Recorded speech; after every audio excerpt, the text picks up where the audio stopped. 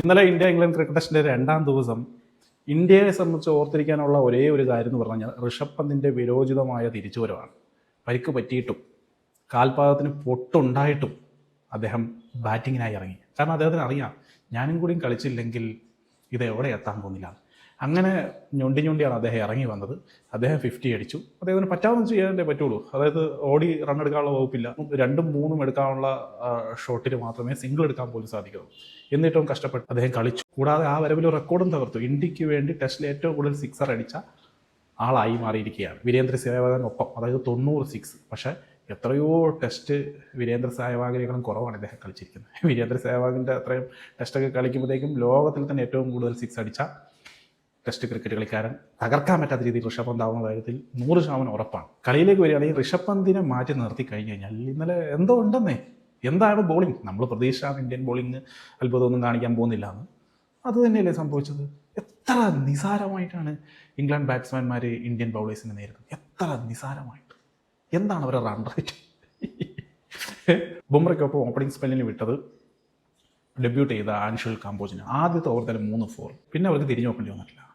ബുംറേനെ പോലും ഇന്നലെ വെറുതെ വിട്ടിട്ടില്ല. എല്ലാവർക്കും നേരത്തെ അടിയായിരുന്നു.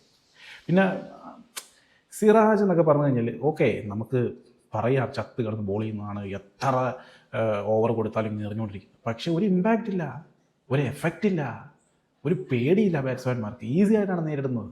പിന്നെ കുറേ ഓവർ ഷോയുമാണ്. എത്ര റിവ്യൂ ആണ് ഈ സിറാജുകാരൻ നശിപ്പിക്കുന്നത്. ഒരു ബോളെങ്ങാനും പാടെ കൊണ്ടു കഴിഞ്ഞാൽ പിന്നെ ഞങ്ങൾ നിലവിളിച്ച് കീറി വിളിച്ച് ക്യാപ്റ്റൻ്റെ അടുത്ത് പോയിട്ട് പറയും ഔട്ട് തന്നെ റിവ്യൂ എടുക്ക്. റിവ്യൂ നോക്കുമ്പോൾ ബോളെല്ലാം സ്റ്റമ്പിൻ്റെ എത്രയോ മണ്ടേ കൂടെയാണ് പോകുന്നുണ്ടാവുക. ഓരോ ബോൾ എറിയുമ്പോൾ ഇങ്ങനെ തലേ കൈ വെക്കുക. പുള്ളിൻ്റെ ചേരം പുള്ളി എറിയുന്ന ഓരോ ബോളും വിക്കറ്റിലോട്ടാണ് പോണേ. സംഭവം ഒരു പോരാളിയൊക്കെ തന്നെയാണ്. പക്ഷേ ആറ്റിറ്റ്യൂഡും ഉണ്ടായിക്കോട്ടെ, പക്ഷെ അതിനൊത്ത കളിയും കാഴ്ച വെക്കണം. അതില്ല. പിന്നെ ഉള്ളത് ഓൾറൗണ്ടർ ഷാർദുൽ ഠാക്കൂറാണ്. ഷാർദുൽ ഠാക്കൂറുടെ കാര്യം നമ്മൾ ഇടയ്ക്കിടയ്ക്ക് സൂചിപ്പിക്കുന്നത്. പ്രസീദ് കൃഷ്ണയുടെ ബാപ്പ് എന്നാണ് നമ്മൾ ഷാർദുൽ ഠാക്കൂറിനെ ബോളിംഗിൽ വിശേഷിപ്പിക്കുന്നത്. കാരണം സ്കൂൾ പിള്ളേരെ നേരിടുന്നതിനേക്കാൾ ലാഘവത്തോടു കൂടിയാണ് ഷാർദുൽ ഠാക്കൂറെയൊക്കെ ഇംഗ്ലണ്ട് നേരിടുന്നത്.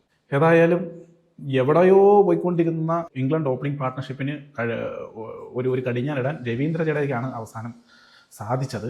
സാക്രോളിനെയൊക്കെ കിട്ടുന്നെങ്കിൽ എനിക്ക് യാതൊരു പ്രതീക്ഷയില്ലായിരുന്നു. ഡബിൾ സെഞ്ചുറിയിലേക്ക് കളിക്കുന്ന പോലത്തെ കളിയാണ് പുള്ളി കളിച്ചുകൊണ്ടിരുന്നത്. പക്ഷേ അങ്ങനെ പുള്ളി ഏതായാലും പോയി. പിന്നെ ഡക്കറ്റിൻ്റെ കളി അറിയാലോ. അദ്ദേഹം ശരിക്കും പറഞ്ഞു കഴിഞ്ഞാൽ ഇപ്പോൾ നിലവിൽ 3 ഫോർമാറ്റിലെ ഏറ്റവും മികച്ച കളിക്കാരിൽ ഒരാൾ തന്നെയാണ്. എന്ത് പ്ലെയറാണ്! എന്ത് ഷോട്ടുകളാണ് അടിക്കുന്നത്! 100 ബോളിൽ 94 റൺസ്. സെഞ്ചുറി പുള്ളിക്ക് വിഷയമൊന്നുമില്ല. ഇന്നലെ കളി അവസാനിക്കുമ്പോൾ 2 വിക്കറ്റ് നഷ്ടത്തിൽ 225 റൺസാണ് ഇംഗ്ലണ്ട് എടുത്തിരിക്കുന്നത്. Run rate 4.89.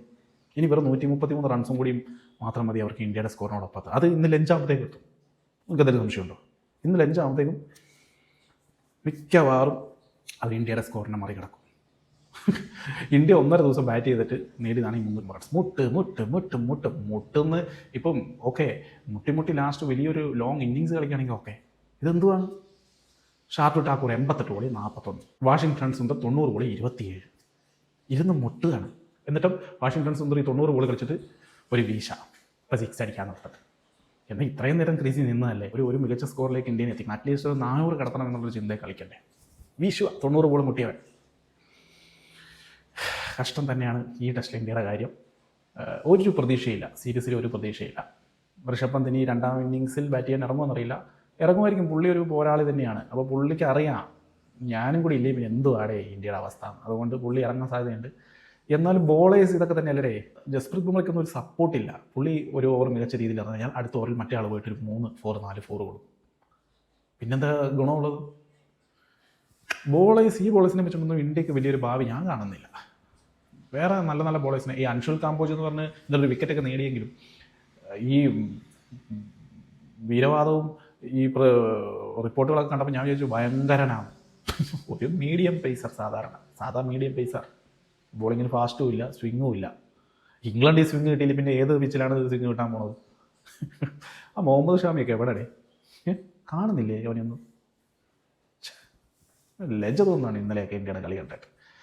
ഇംഗ്ലണ്ട് ബാറ്റ്സ്മാരുടെ കളി കാണുമ്പോൾ ഈ പിച്ചിൽ തന്നെയാണ് ഇന്ത്യയും കളിച്ചെന്ന് തോന്നുന്നു. ഇന്ത്യ ഇരുന്ന് മുട്ടിയിരുന്നു.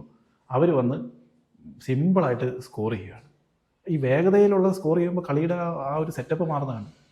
ഇന്ത്യ 1.5 ദിവസം കൊണ്ട് അടിച്ച ഈ 350 റൺസ് അവർ 2 സെഷനും കൊണ്ട് അതിൻ്റെ അടുത്തെത്താറാവുകയാണ്.